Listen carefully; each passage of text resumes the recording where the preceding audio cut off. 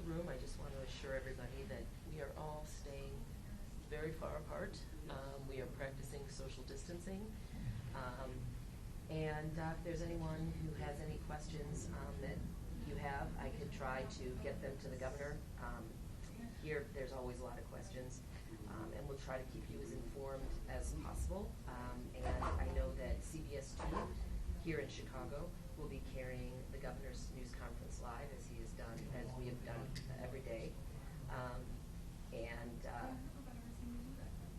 Sorry, I was distracted by my colleagues. We will also carry it on our website, cbschicago.com. But for now, I'm going to kind of hunker down and get all my questions in order that I've gotten from other colleagues from other stations and my colleagues from my station, and make sure I'm prepared. And everybody stay healthy and stay safe. Okay. I hate those things so much.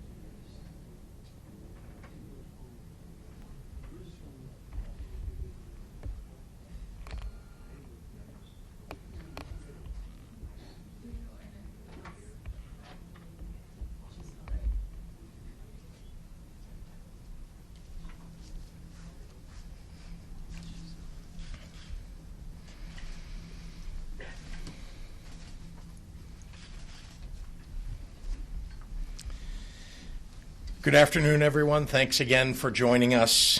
I am joined here today by Mayor Lori Lightfoot and, of course, by Dr. Ngozi Ezike of our Illinois Department of Public Health, as well as Allison Arwadi, the Director of the Chicago Department of Public Health. The Mayor and I would like to give you a further update on the work that we're doing to stand up our alternate care facility at McCormick Place.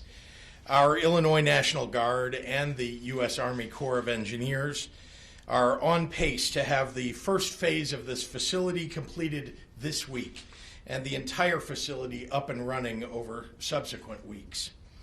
On Saturday, we received our first shipments of 500 beds, and Illinois Central Management Services and the U.S. Army Corps of Engineers began the initial build. We're aiming to have these first 500 beds up this week, followed by the next 500 by next week. The next 1,250 by the week of April 20th, and the final 750 acute care beds by the end of the month, bringing us to a total of 3,000 beds at McCormick Place. Based on best practices around the world about how to manage positive cases and contain this virus, McCormick will be dedicated mostly to non-acute COVID-19 patients, people whose condition could benefit from the care of medical professionals, but who are not likely to need a formal ICU.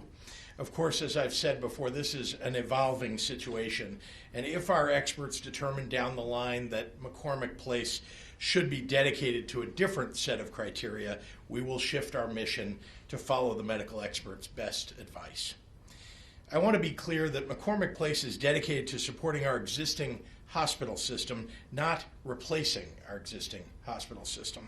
Today in Chicago, there are hospitals that have a lot of COVID-19 patients, but there are also hospitals that are underutilized in our COVID response. The first place we are directing our patients is to existing hospital beds, maximizing our underutilized hospitals first. If we never have to go beyond our existing facilities, we will all be extremely happy. But since we can't guarantee that, and in fact, we don't have the data yet to suggest otherwise, we're actively building out capacity. In addition to McCormick Place in Chicago, the state, alongside the Army Corps, has formally launched work on 2 additional alternate care facilities. The former Advocate Sherman Hospital campus in Elgin and the Metro South Health Center in Blue Island. We're aiming to temporarily reopen both of these locations to ensure that we have the capacity that we need over the next several months. And I just want to say the work that the Illinois National Guard and the U.S. Army Corps of Engineers have already done, what they're capable of doing, is truly phenomenal. I mean, incredible stuff. On behalf of a grateful state, thank you to all of our guardsmen and to our Army Corps of Engineers. And I also want to especially thank Mayor Lightfoot and the entire city team for their partnership in this unprecedented project. Another critical step to meet the surge will be keeping our healthcare professionals safe and ready for new levels of work. And that's why we're maintaining and increasing our stocks of personal protective equipment, or PPE. As a reminder, PPE is something that Illinois' hospitals and nursing homes and first responders use every day, whether fighting a pandemic or not. That's why these facilities constantly source and stock their own PPE. They continue to do so now. So does the city of Chicago, which maintains its own stockpile due to its size. At the state level, our collection of PPE is meant to provide backup support to all of these smaller entities, including county public health departments, in times of need when they can't handle it themselves, times like this. In theory, the same is true of the federal government's stockpile in relation to that of the 50 states, though we have received from them only a small fraction of what we have asked for.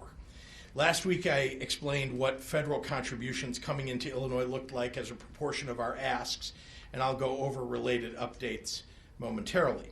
As of yesterday, our state stockpile, which is constantly changing, frankly, because we're constantly pushing out shipments across the state, stood at 420,000 N95 masks, 41,000 surgical masks, 18,000 dust masks, 22,000 gowns, 340,000 gloves of various sizes, 108,000 goggles, and 73,000 face shields, to list a few of the more recognizable supply requests. Keep in mind that our inventory, after our most recent regular distributions, which we've been doing across the state throughout the month of March, including fully distributing all of the federal PPE that we received this month.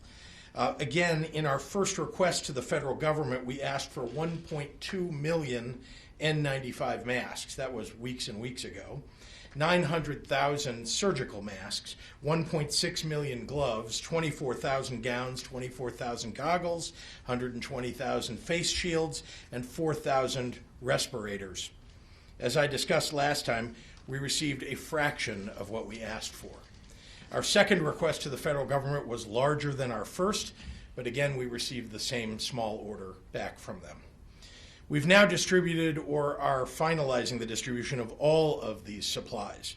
My administration has sent shipments to 96 local health departments and 155 different hospitals across the state, at least one time each, with some receiving multiple shipments, including additional PPE going to the most affected hospitals and local health departments in the Chicagoland area, where our cases are more concentrated.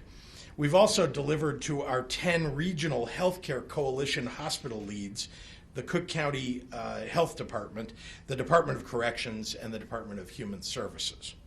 All in all, that's 22 sites across the Chicago region, 41 sites across the Edwardsville region, 31 sites in and around Champaign, 36 sites around Peoria, 26 for Springfield, and 13 for Marion. We've also sent out smaller shipments to fulfill individual resource requests with select counties at the state police and again at the Department of Corrections. In total, these shipments distributed over 700,000 N95 masks, over 930,000 surgical masks, 108,000 gowns, 887,000 gloves, 32,300 safety glasses, and nearly 50,000 face shields. Today and tomorrow, we're shipping out additional PPE in strategic proportions to the collar counties, Cook, Lake, Will, DuPage, Kane, and then to Winnebago, and the health departments in Champaign, Peoria, McLean, Sangamon, Madison, and St. Clair, as well as, again, the 10 regional healthcare coalitions.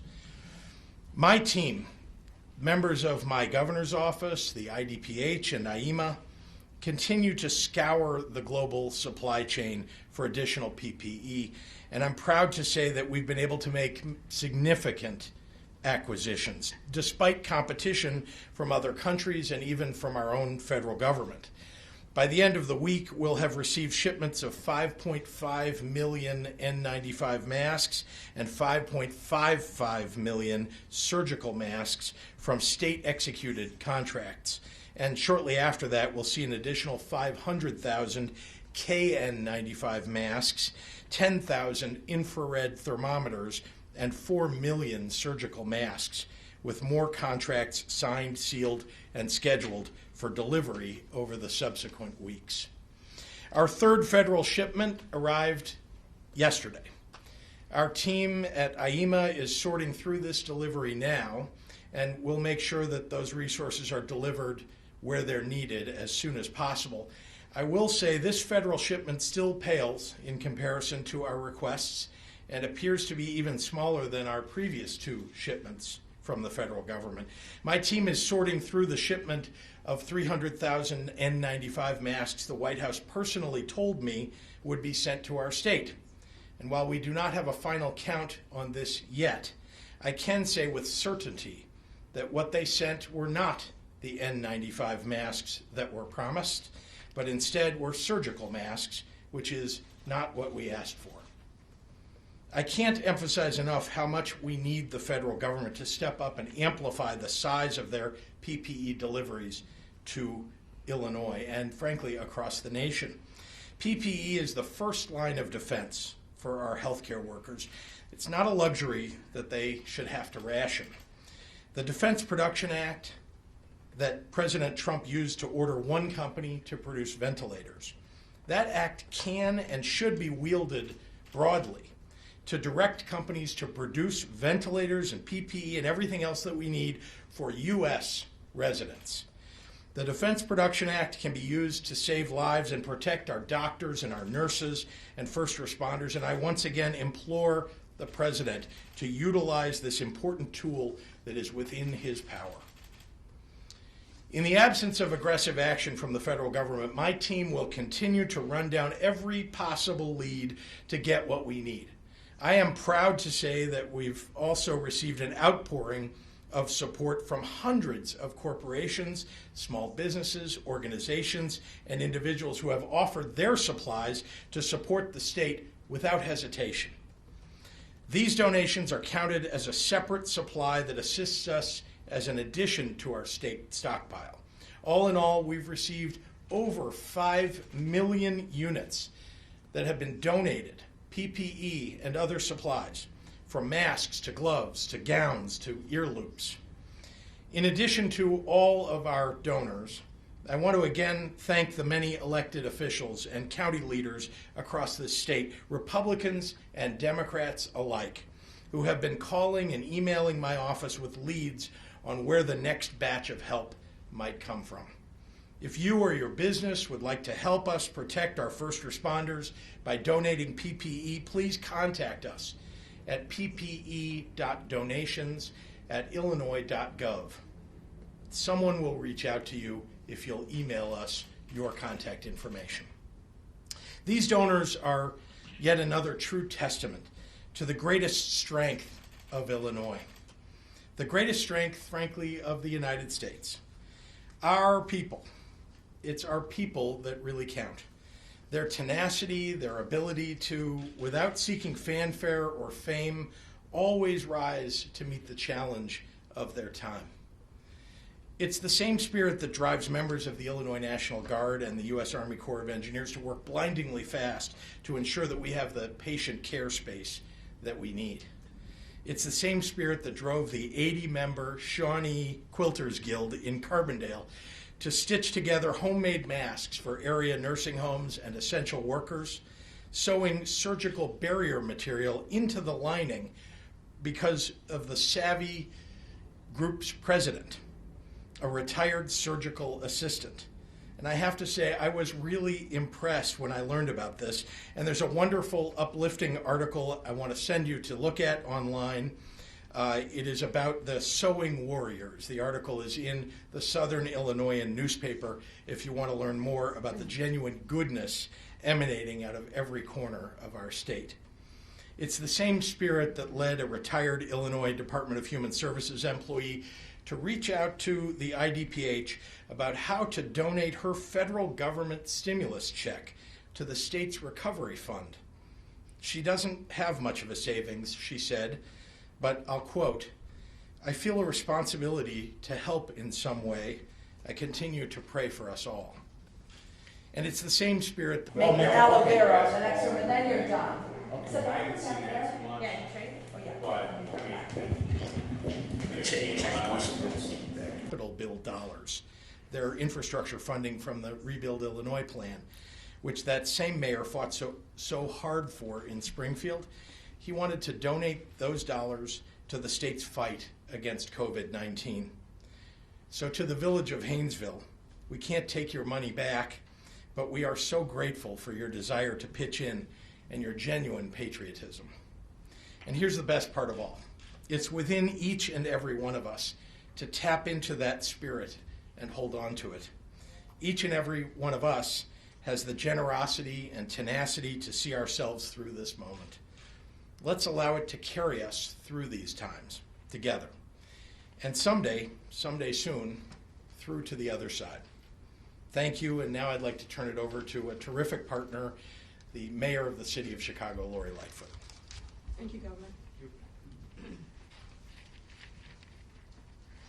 Those are really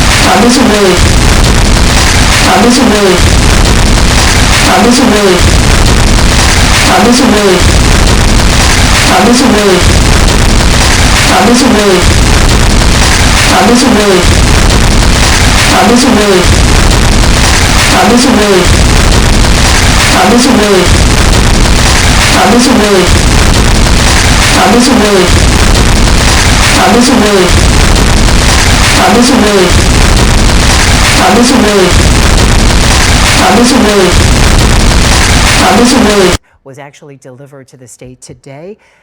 But again, stressing that it is not enough.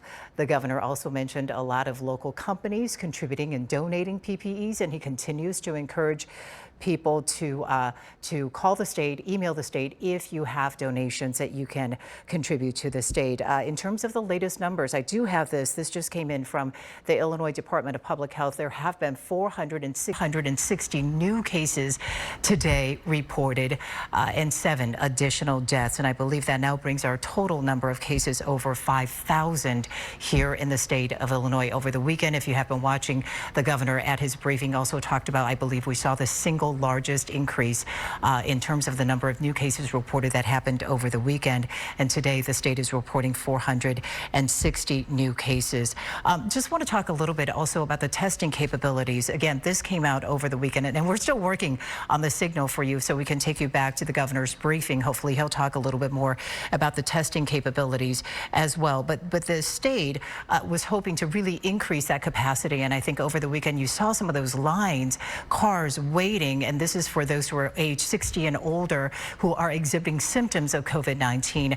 And there were a few locations where you can simply drive up, wait in your car to get tested. But those tests went really, really quickly. Whenever, I can't remember exact hour those sites were open, but people started lining up way before that, several hours to just kind of get tested. And so the state is hoping, again, to ramp up those testing. I'm reading right here, the state currently now is able to test 4,000 people daily. That did come up for just 2,000 last Tuesday. And so far in the state of Illinois, 28,000 people, approximate numbers, have been tested, but they are currently working to be able to conduct about 10,000 tests daily. Okay, so we are still working on that signal. We hope to bring that back to you if we get it. But for now, I'm going to wrap up here. That's the latest that we have from the ABC 7 studio. I'm Judy Sue. Again, we'll be back if we can get the signal up and running. This has been a special report from ABC 7 Eyewitness News. We now return to our regular program schedule. Sam? Hey, where are you? I was just leaving the PCPD. Jordan wanted to talk to me. Listen, there was a development with Dolores last night. Is it bad? Kind of. Not really. I mean, maybe I need to talk to you face to face.